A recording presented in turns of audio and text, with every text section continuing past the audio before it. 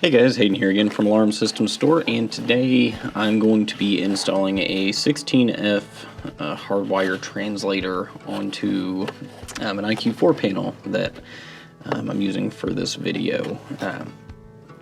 Basically, this is the QS7133-840 part number, if you want to look it up, but it is a 16-zone hardwired-to-wireless translator. So basically, if you are using an IQ Panel 4 to take over a hardwired system or to replace a hardwired system, you can use this and keep at least up to 16 of your hardwired zones. Now, there are other options. There is the PG9WLSHW8, I think is what it's called. That is a Power G hardwired to wireless translator, and we'll be doing a video on that later. But this is the one made by Qolsys for the IQ panels using the 319 megahertz frequency. So if you have an IQ4 already and it is not, it does not have the 319 megahertz frequency card in it, you will not be able to use this. You have to use that Power G one that I just mentioned. But we had one of these available, so I'm going to go ahead and do a video on this and show how this works. It's a pretty neat little device. Let me get it over here. Basically, it is just a circuit board with a bunch of zone inputs and some terminals over here for power and a siren. But basically, if you have a cabinet or somewhere that a bunch of wires have already been run to in your home and you want to keep those sensors, this allows you to do so. Basically, right here, if you can see them, each of these terminals here is a zone, except for this first one. That is a Tamper zone. We'll go over that in a minute. But each of these is a different zone, and it goes all the way up to 16. Now, one thing to note on zone 16 down here, this is a 2-wire smoke zone only.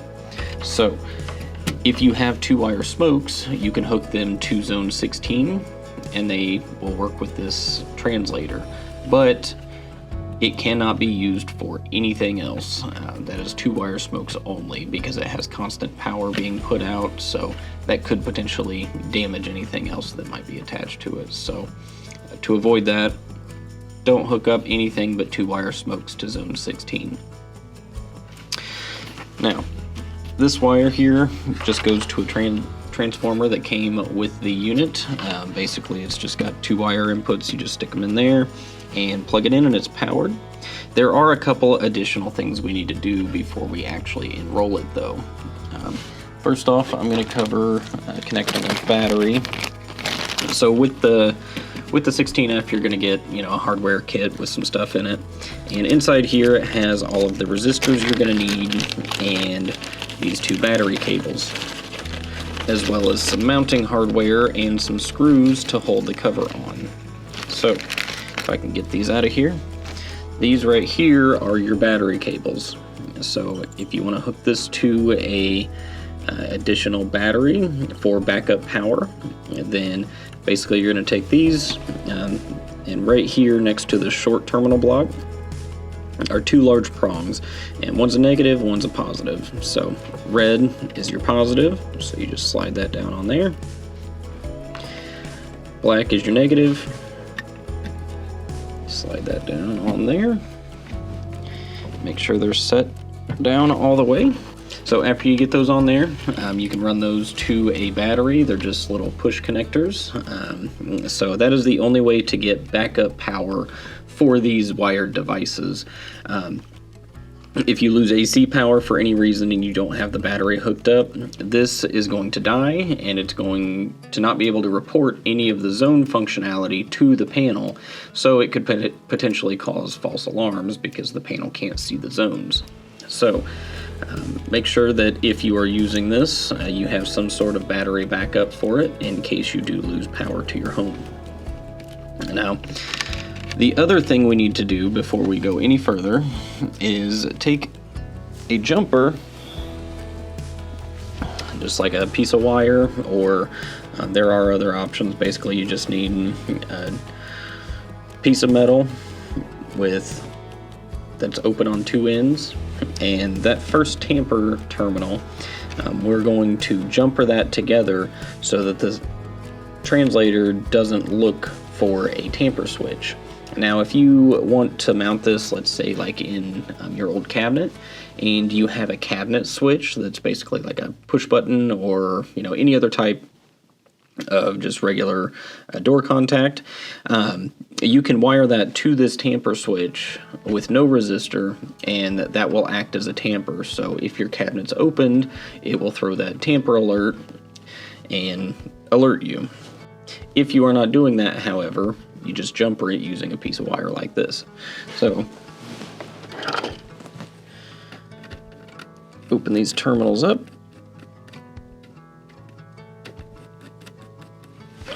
We're going to slide this in here. And this is a little bit odd to work with, the way these are kind of finagled in here. But basically just get one leg in, screw it down, and you can do the other leg. And we will have to come back to this in a few minutes to enroll the translator, but we'll get to that once we grab the IQ4 panel. The only additional thing we need to do is this very small terminal block here on the right is for an antenna. Now, it will come with the devices, but it is basically just a long white antenna like this with an open side there. And we're going to slide this in this hole in the top into the terminal that is in there, and then you need to tighten that down. This antenna is what allows it to transmit to the panel over the long distance that it does, so make sure that you have that installed. Don't over tighten it, but make sure it is snug and not going anywhere. And if you are mounting this in a cabinet, like I mentioned, you have to ensure that the antenna is sticking out of the cabinet. So wherever you place this, you need to have an open hole on this side of it so the antenna can stick out. If you don't have one, you're free to drill one. Basically, as long as this is outside of the metal, it should be able to report to the panel. All right, so before we grab the IQ4, there's a couple things I want to mention about this terminal block over here where your AC wires connect. So there are two blocks of aux ground outputs. So if you look at it here, you'll see aux and ground, and then it's power out, aux and ground, power out, and then this last one is a siren output.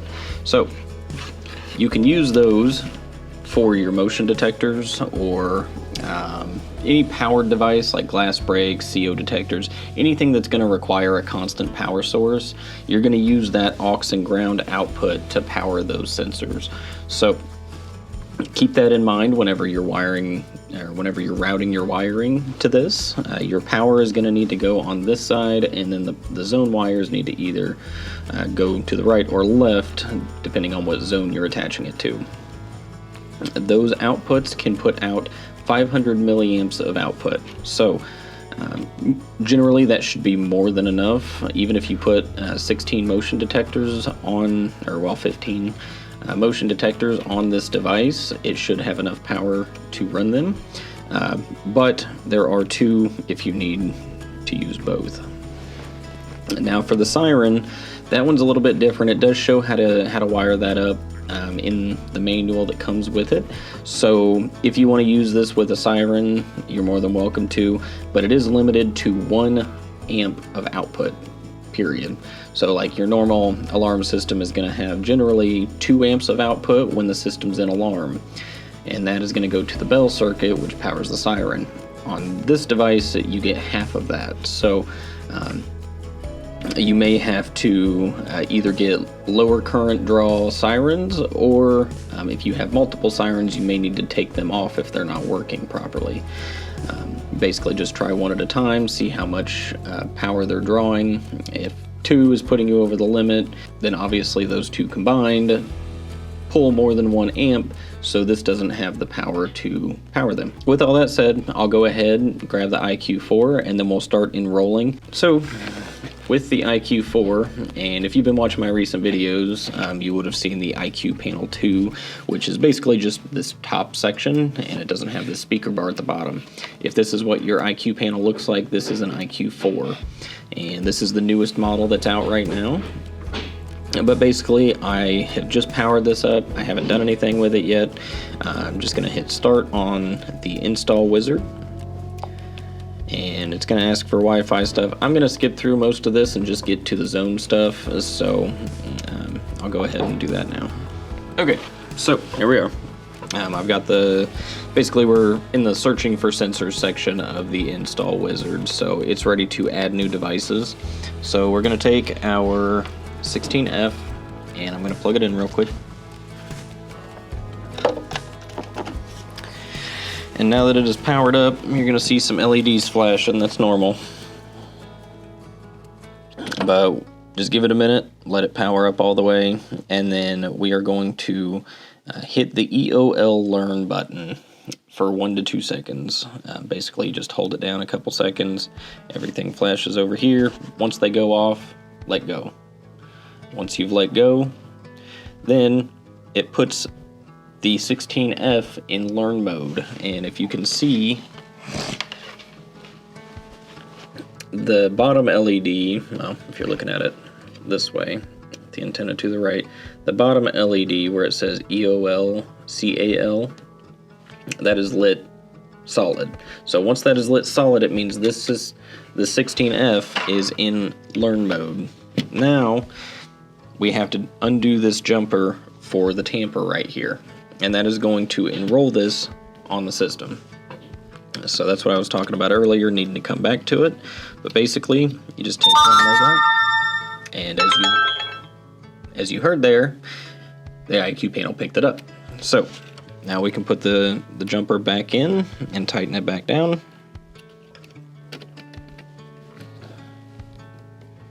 And we are good to proceed with the rest of our installation. So, as you can see here, it came up. The window looks very similar to any other device you're going to enroll. Basically, it shows the ID for the device itself, the 7C4EA0, that's correct. And it's showing it as a door and window, but that's because the tamper, when you trip that, it acts as a door and window contact, so that's what it saw. But what we need to do is go into sensor type and scroll down to where it says Hardwired-Translator. So if you click Hardwired-Translator, it's going to give you sensor group 13, which is a takeover, which is basically what you're doing. You're taking over the hardwired sensors with this wireless device. And then over here, you can name it if you want to. You can name it 16F, or if you have you can have up to 2 of these. So if you have 2 of them, you can name them something different so that you know which one is which. But I'm just going to leave it as Hardwired-Translator. There is a chime option. I wouldn't bother with that. The only time the chime is ever going to go off is if the tamper goes off on this, and the tamper's already going to send a trouble to the panel, so you don't need to worry about that. Voice prompts I leave off.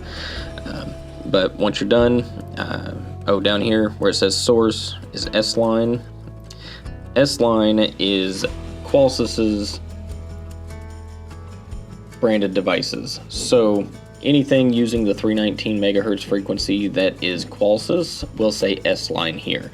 Now if we press on this, it does say security RF 319, but because this is a Qolsys device, we don't want that. We want that S-Line, which actually is a security functionality on that megahertz frequency. So it's supposed to work a little bit better with the IQ panels. So we're going to leave it as S-Line, and then you click Save. Now, that means that this module added successfully. That means this module itself is enrolled on the panel. But what we need to do now is connect additional devices and then trigger them so that the system can see those new devices. Before we start adding devices though, I want to go over the resistor functionality of this 16F. So as I mentioned earlier, your hardware pack is going to come with resistors. Now these are 4.7K resistors. That is what this is defaulted to use, is 4.7K. but it actually has a pretty neat function where if you have a pre-wired setup and it's using different resistors, you can actually teach this device to use the resistors that are on your devices. Now, I'm not going to go too much into that. I did want to mention it, but it explains it very well in the manual that you get with the device. But basically, you put it into EOL learn mode, and what that does is it learns the end-of-line resistor that is attached to your circuit already. So you cannot do that if you are doing a UL installation, which is very scrutinized, but for any sort of residential or pretty much any other application, if you don't need a UL installation, you can use that function to make your life a little bit easier. Because I have these resistors here though, and I don't have a pre-wire setup, I'm going to use the 4.7K resistor function and just use the resistors that came with it. But just keep in mind that that is an option, so check it out whenever you start reading through the manual. So I'm going to just use this simple door contact. I got two opposite colored pieces, but basically here's contact, magnet, and I'm gonna get a piece of wire, and we're gonna wire this thing up for a zone 1 door contact.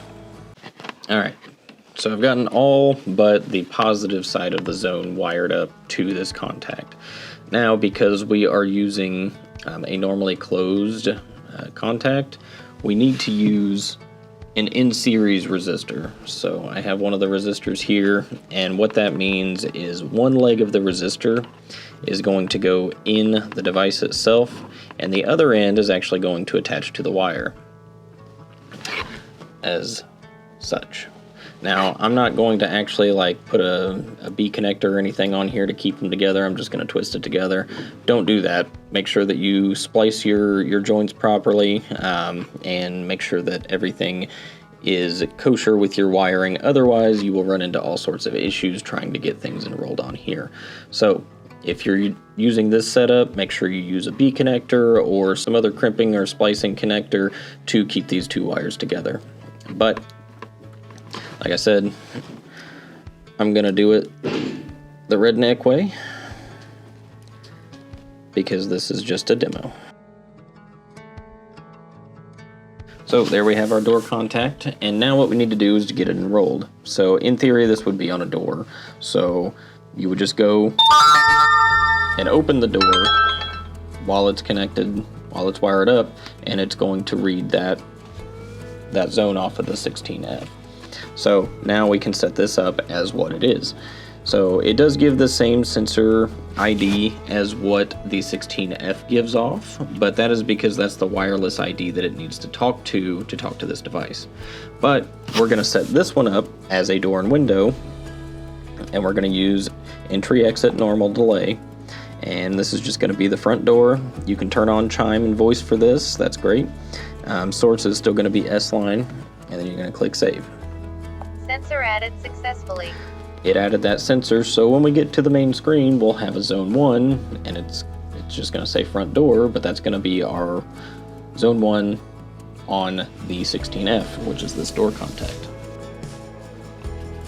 Now I also have a motion detector that we are going to wire up. So, as I mentioned before, we're going to use the aux and ground for our power to this device. So, down here at the bottom of the 16F, the red and black wires for your motion are just going to get plugged in there, and on the motion those need to be connected to power, and then the yellow and green for the zone, those are going to be connected to the zone that we want it to report to. So let me do that real quick.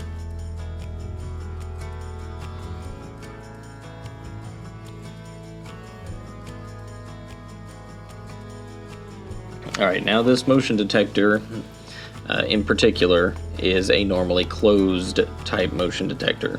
So we're going to use the same resistor setup that we did for the door contact, so it needs to be an in-series resistor.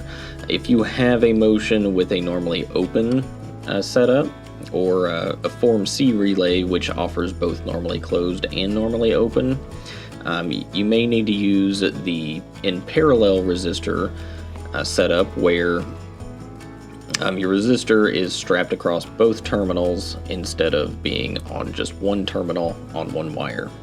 So over here, I'm going to go ahead and connect the positive side of the zone wire, and we're going to grab another resistor. And because I have the wires inside of that motion already, I'm not going to go in there and do it, but essentially you will want this resistor at the end of the line. It's just a bit of a pain for me to do it, so I'm going to put it in here and wrap them together like we did with the door contact, and that way it provides us the resistance that we need. If you want the full functionality of resistors though, you need to ensure that you place the resistor at the end of the wire line, so at the sensor itself. And that way, if the wire gets shorted for any reason whatsoever, that resistance will be cut off, and that will alert you that there is a problem with the system. So, let me get this attached here. So we're good there. And I know this is a little bit janky, but this is just for demo purposes, so I just have to live with it. But now that we have that wired up, what we're going to do is trip the motion, and that is going to enroll it on the system. So again, it's going to show up as a door and window. It may show up as that every single time. I haven't enrolled enough devices on these to know, but it may just give you a default layout where it's always set to door and window and you got to go through and change it. But anyway, sensor ID is going to be the same as the 16F. Sensor type is going to be a motion. And this one, you can either use the away instant, stay instant, whatever. I'm going to set it for away instant. That way, if we arm in stay mode, the motion will be off. And you can name it whatever you want up here in the top right. I'm just going to leave it as motion detect. Well, maybe if I can click on it, motion detector. Chime and voice prompts you never want on for motions. They would be going off constantly while you're walking around the house, and it would get quite annoying. So I'm going to leave those off. And source is S-line, so we're good. Sensor added successfully. Click save. And now that's all I'm going to add to this for the time being. So I'm going to go ahead and skip through the rest of the install wizard and get basically to the regular boot screen, the main menu. So I will be right back. So before we get into too much more, I do want to remind you, we put this into EOL Learn mode. We put the 16F into Learn mode, so we have to disable that. So we're going to hold that button again for a couple seconds. And as you can see, the bottom LED there has turned off. And now, Front door open. there for a moment, because the 16F was still in Learn mode, we did have both of these sensors active. It was basically showing a bad circuit. But that's because this device was still in Learn mode, so it was not reporting correctly to the system. So if you run into that problem, make sure that you turn off the Learn mode for the device, or for the 16F. So now, if we look under All, we can see the front door, which is here, the hardwired translator, and the symbol that it gives you is actually in reference to this Tamper switch right here. So just to give you some heads up, if I remove this Tamper, you see the hardwired translator now has that symbol. It might be a little bit hard to see on the camera, but it basically looks like somebody breaking a cracker in half. That's what I think it looks like, but that means the circuit is broken, and so that means this device is tampered. So if we put this back in, it will go back to the full oval, and that means the circuit is good.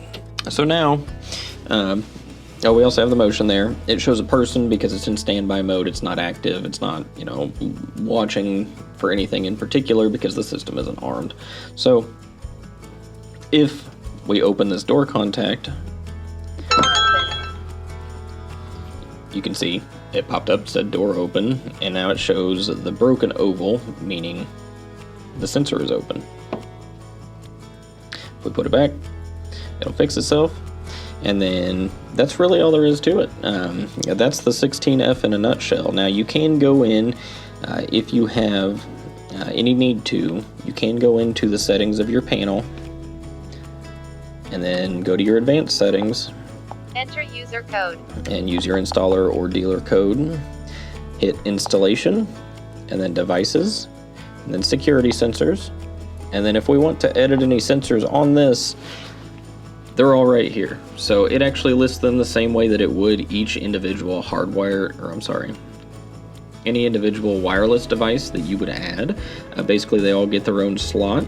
So just make sure that if you go to edit any of these, that it is the correct sensor for one, and that the ID that is showing over here matches the 16F, because that's what the IQ panel is talking to about that sensor. So just be aware of that. But if you wanted to edit those, you're more than welcome to come in here. You hit the pencil, brings up the whole menu again, so you can change anything you want to. And you can also, you don't have to enroll this during the installation wizard. If you already have a Qolsys and you have some old hardwired devices that you just never hooked up initially, you can go back in and do that. You just have to go into your settings, into the advanced settings, Enter user code. and then devices, security sensors, and then you go to the auto learn sensor here. Once you get to the auto learn sensor section, that operates the exact same as that install wizard section where you're auto enrolling devices. So from this screen here, I could enroll this and enroll additional zones if need be.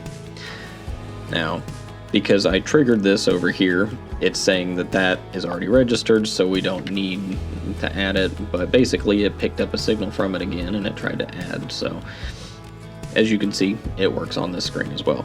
But that is all it takes, really. Now, like I said, you don't need a battery backup. There's no trouble conditions for not having one. But if you want any sort of power protection on the 16F itself, it is a good idea to get a battery that you can connect to these cables. You can use a 4 amp battery, a 7 amp. It says a 5 amp in the manual, but any of the 12 volt, 4 amp, 7 amp, whatever size it is, it will work. The amperage just determines how long it's going to last, basically.